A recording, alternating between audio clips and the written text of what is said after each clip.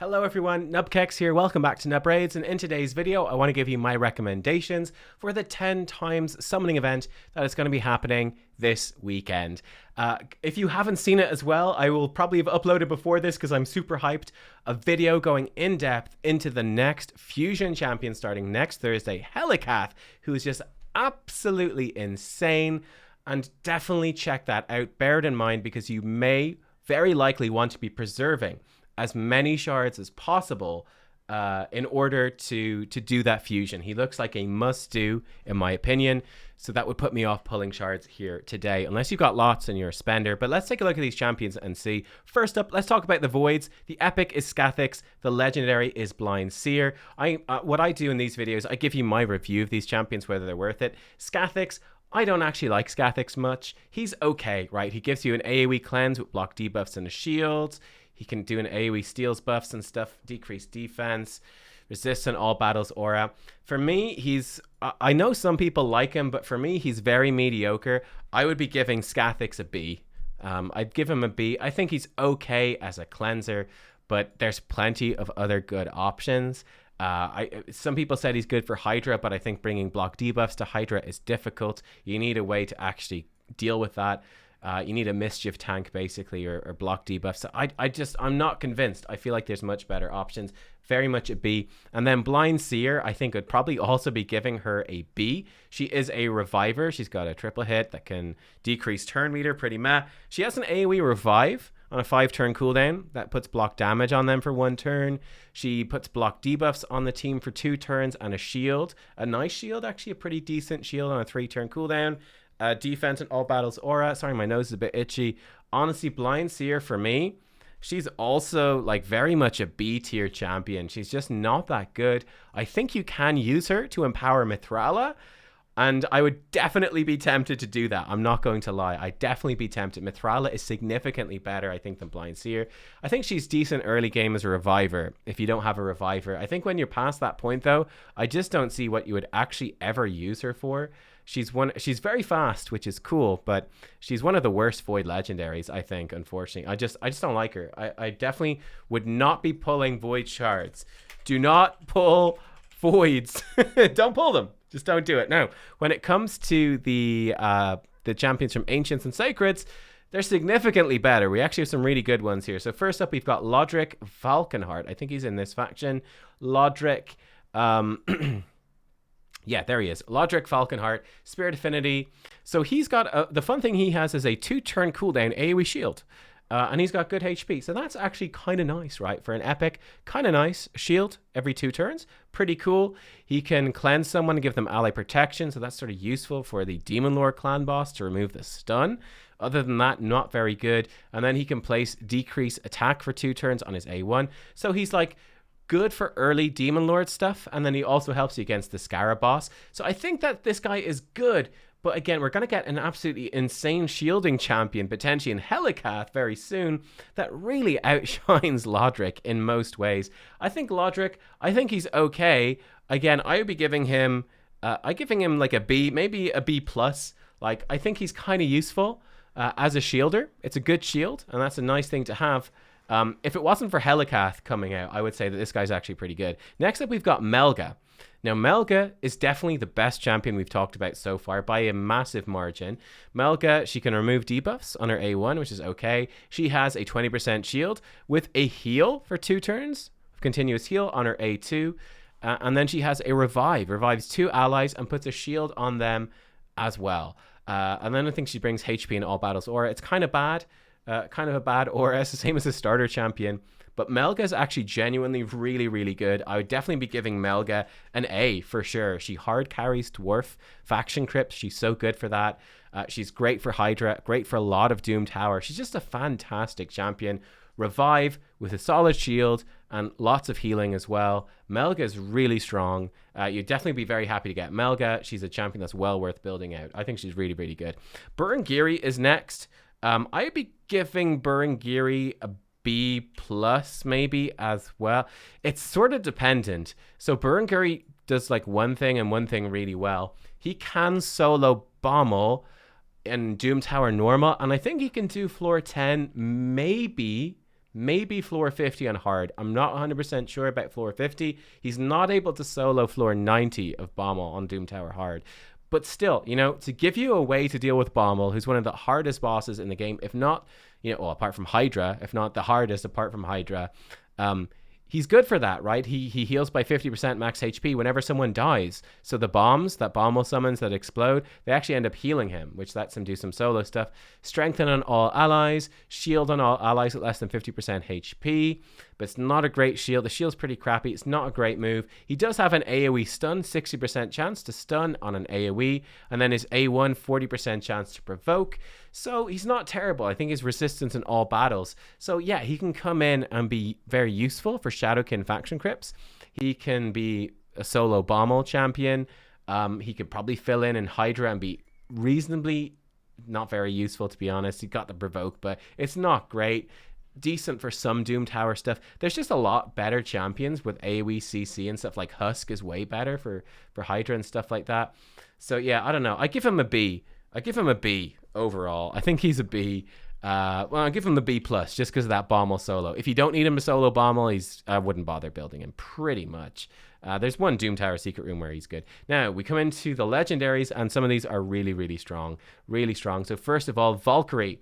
Again, the intriguing thing about Valkyrie is that it's this question of Helikath. Helikath does a similar thing to Valkyrie, a shield proportional to this champion's defense, which is part of what makes Valkyrie so insane. It's the biggest shield in the game. Maybe Helikath is going to be as good as this. I don't know. She also, though, gives you counterattack on all allies for 2 turns. So Valkyrie for clan boss, I think for Hydra as well, especially with the Mischief tank, probably for some Doom Tower stuff. She's just exceptionally good. For, lower mid, even some late game arena, she's really good too. I think she definitely falls off in the end game. But even up to late game arena, she's exceptionally good. Her A1 can decrease turn meter. Her passive messes with turn meter whenever there's buffs being thrown around. She is absolutely god tier for Demon Lord Clan Boss. Absolutely insane. Insane everywhere. Valkyrie is definitely, I would still give her an S tier. But I would say, seeing as we're kind of getting, it looks like an S tier shielder from the fusion, it makes her much less valuable. Not much less. It makes her a little bit less valuable to me. But I would still be really hyped to get a Valkyrie, just because it's that AoE huge shield with a counterattack. That's so good. So Valkyrie, she's top tier. Next up, we've got a new dwarf.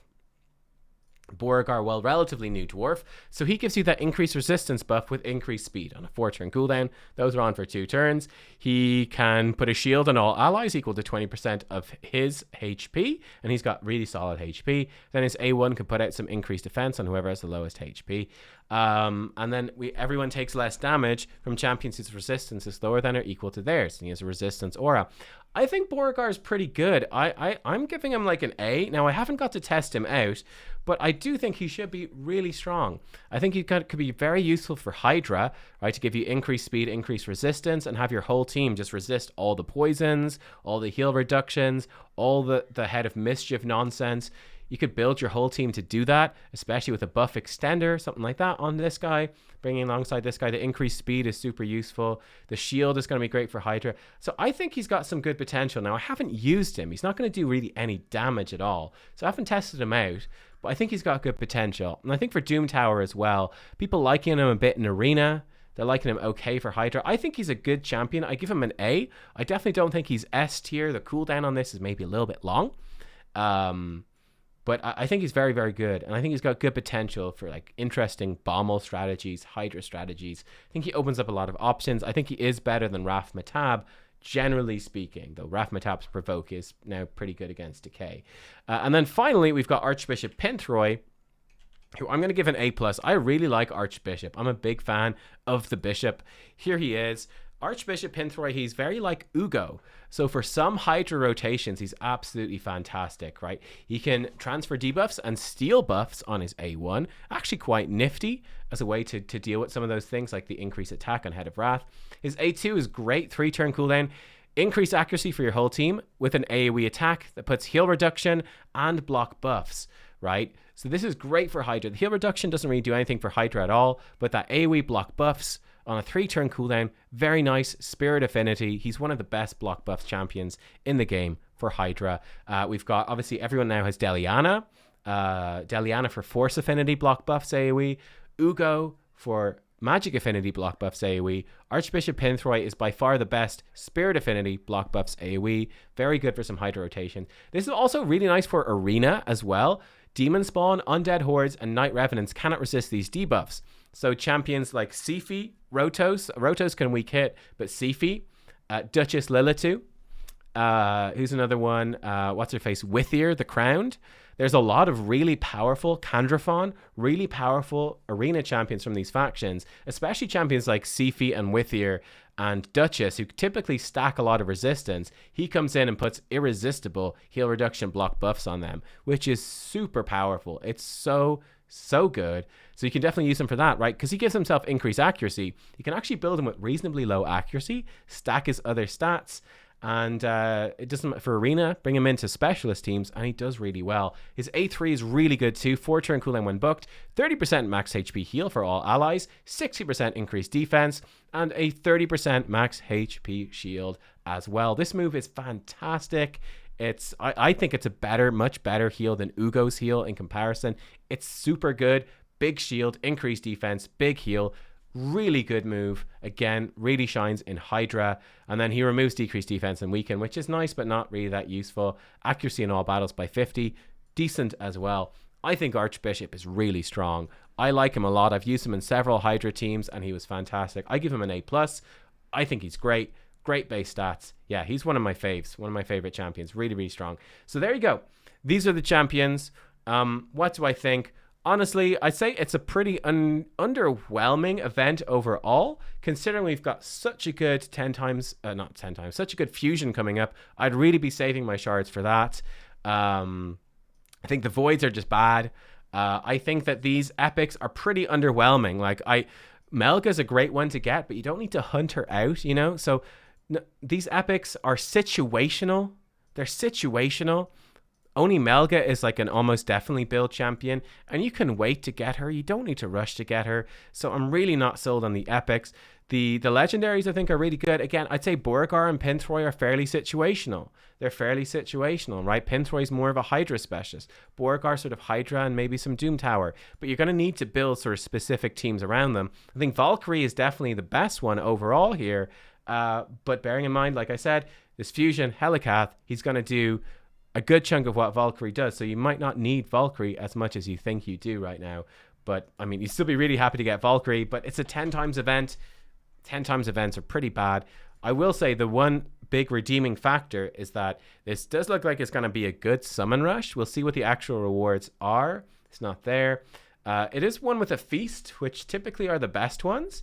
So that's a pro. It looks like there's going to be a feast in there, but there is an XP barrel. So you might get like 3 legendary books, maybe 3 5-star chickens, a feast, and a barrel.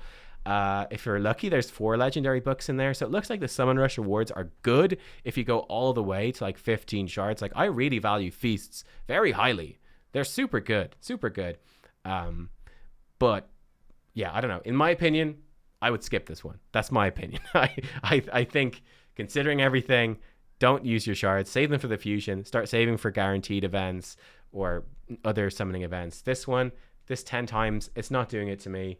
For me, I'm like, I pull a Valkyrie and I'm happy, but what are the chances? Minuscule in this 10 times. Really, really low. So if you're super close to Mercy and you want these, go for it. But otherwise, nah. There you go, guys. Let me know what you think. Thank you for watching. I will see you all next time. Bye-bye.